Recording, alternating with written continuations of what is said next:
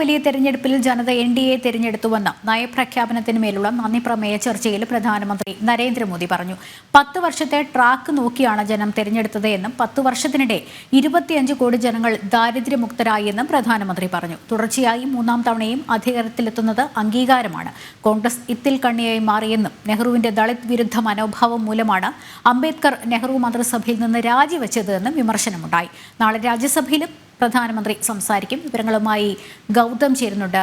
ഗൗതം, പ്രധാനമന്ത്രി എന്തെല്ലാം കാര്യങ്ങളാണ് ഇതുമായി ബന്ധപ്പെട്ട് പറഞ്ഞത്? പ്രത്യേകിച്ച് ഏറ്റവും വലിയ തെരഞ്ഞെടുപ്പിൽ ജനത എൻഡിഎ അത് 3-ാം വട്ടവും തെരഞ്ഞെടുത്തു എന്നുള്ളത് വലിയ അംഗീകാരമാണെന്ന് പ്രധാനമന്ത്രി പറഞ്ഞു. മാത്രമല്ല, കോൺഗ്രസിന് നേരെയും വിമർശനമുണ്ടായി. ഏതാണ്ട് 2.5 മണിക്കൂറോളം നീണ്ടുനിന്ന പ്രസംഗം, എന്തെല്ലാം കാര്യങ്ങളാണ് പ്രധാനമന്ത്രി പറഞ്ഞത്?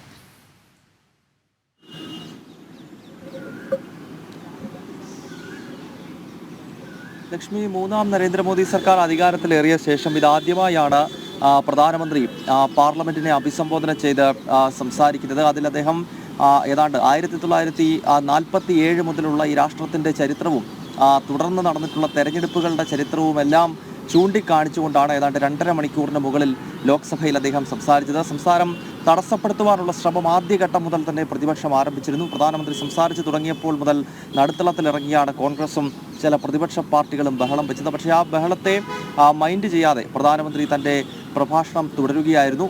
ഏതായാലും കോൺഗ്രസിനെ കടന്നാക്രമിച്ചുള്ള അല്ലെങ്കിൽ ഈ രാജ്യത്ത് കോൺഗ്രസ് പാർട്ടി നടത്തിയിട്ടുള്ള അടിയന്തരാവസ്ഥ ഉൾപ്പെടെയുള്ള വിഷയങ്ങൾ ചൂണ്ടിക്കാണിച്ചുകൊണ്ടാണ് രാഹുലിന് പ്രധാനമന്ത്രി നരേന്ദ്രമോദി മറുപടി നൽകിയത്. നമുക്കറിയാം, ഇന്നലെ ലോക്സഭയിൽ സംസാരിക്കുമ്പോൾ പ്രതിപക്ഷ നേതാവ് രാഹുൽ ഗാന്ധി ഹിന്ദു മതവിഭാഗത്തെ അല്ലെങ്കിൽ ഹിന്ദു വിശ്വാസികളെ അധിക്ഷേപിച്ചുകൊണ്ട് വലിയ തോതിലുള്ളൊരു പരാമർശം നടത്തിയിരുന്നു. ഹിന്ദുക്കൾ എന്ന പേരിൽ നടക്കുന്നവരാണ് രാജ്യത്ത് അരക്ഷിതാവസ്ഥയും അക്രമവും നടത്തുന്നത് എന്ന പ്രസ്താവനയാണ് ഇന്നലെ ലോക്സഭയിൽ രാഹുൽ നടത്തിയത്. അതുമായി ബന്ധപ്പെട്ട് വലിയ പ്രതിഷേധം രാഹുൽ ഗാന്ധിക്കെതിരെ കശ്മീർ മുതൽ കേരളം വരെയുള്ള പ്രദേശത്ത് നടക്കുന്ന ഘട്ടത്തിലാണ് ഇന്നിപ്പോൾ പ്രധാനമന്ത്രി നരേന്ദ്രമോദി തന്നെ ഈ വിഷയത്തിൽ രാഹുലിനും കോൺഗ്രസിനും മറുപടി നൽകിക്കൊണ്ട് രംഗത്തെത്തിയിരിക്കുന്നത്. അദ്ദേഹം സ്വാമി വിവേകാനന്ദന്റെ ചിക്കാഗോ പ്രസംഗം ഉൾപ്പെടെ പാർലമെന്റിൽ ഉയർത്തിക്കാണിച്ചുകൊണ്ട് കോൺഗ്രസിന് മറുപടി നൽകുകയായിരുന്നു. സനാതന ധർമ്മം എന്നത് സഹിഷ്ണുതയാണ് മുന്നോട്ട് വയ്ക്കുന്നത്. ആ സഹിഷ്ണുത ലോകത്തിന് മുന്നിൽ ഉയർത്തിക്കാണിച്ചിട്ടുള്ള ഒരു സംസ്കാരമാണ് ഹിന്ദുത്വം എന്നത്. അതിനെ കോൺഗ്രസ്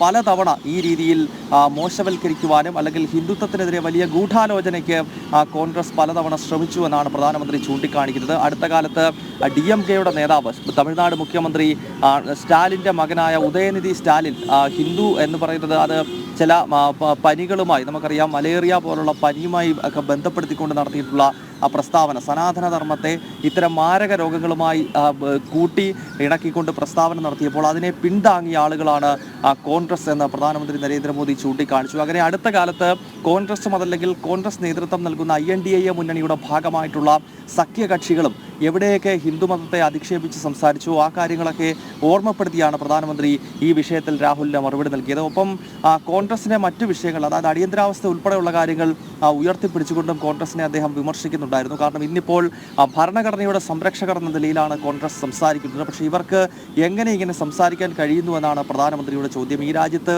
അടിയന്തരാവസ്ഥ പ്രഖ്യാപിച്ച രാഷ്ട്രീയ പാർട്ടിയാണ് കോൺഗ്രസ് എന്നത്. ഒപ്പം ദളിത് വിഭാഗത്തിൻ്റെ വക്താക്കളാകാൻ കോൺഗ്രസ് ശ്രമിക്കുന്നു. പക്ഷേ നെഹ്റു തന്നെ, ഭാരതത്തിൻ്റെ ആദ്യ പ്രധാനമന്ത്രിയായിട്ടുള്ള നെഹ്റു പോലും ഒരു ഒന്നാന്തരം ദളിത് വിരുദ്ധനായിരുന്നു എന്നാണ് പ്രധാനമന്ത്രി ചരിത്രം ചൂണ്ടിക്കാണിച്ചുകൊണ്ട് പാർലമെന്റിൽ സംസാരിച്ചത്. കാരണം BR അംബേദ്കറോട് വിവിധ വിഷയങ്ങളിൽ നെഹ്റുവിന് എതിർപ്പുണ്ടായിരുന്നു. അങ്ങനെ നെഹ്റുവുമായുള്ള കടുത്ത അഭിപ്രായ വ്യത്യാസത്തെ തുടർന്നാണ് ആദ്യ നെഹ്റു മന്ത്രിസഭയിൽ നിന്നും ഭാരതത്തിന്റെ ഭരണഘടനാ ശില്പിയായ BR അംബേദ്കർ രാജിവെച്ചതെന്നും അദ്ദേഹം പിന്നീട് ഈ BR അംബേദ്കറുടെ രാഷ്ട്രീയ ഭാവിയെ തന്നെ ഇല്ലാതാക്കിയത് നെഹ്റുവാണെന്നും നെഹ്റുവിന്റെ അന്ധമായ ദളിത് വിരോധമാണ് അതിന് കാരണമെന്നും പ്രധാനമന്ത്രി പാർലമെന്റിൽ ചൂണ്ടിക്കാണിച്ചു. അതിനോടൊപ്പം വളരെ ശ്രദ്ധേയമായി അദ്ദേഹം പറഞ്ഞ മറ്റൊരു വിഷയം, ഈ കോൺഗ്രസ് എന്തിനാണ് ഇപ്പോൾ ഇത്തരം ഹീറോ ചമഞ്ഞ് നടക്കുന്നത് എന്നൊരു പ്രസക്തമായ ചോദ്യം അദ്ദേഹം ഉന്നയിച്ചു. കാരണം കോൺഗ്രസ് ഒറ്റയ്ക്ക് മത്സരിക്കുകയാണെങ്കിൽ പല സീറ്റുകളിലും കോൺഗ്രസിന് വിജയിക്കാൻ സാധിക്കത്തില്ല.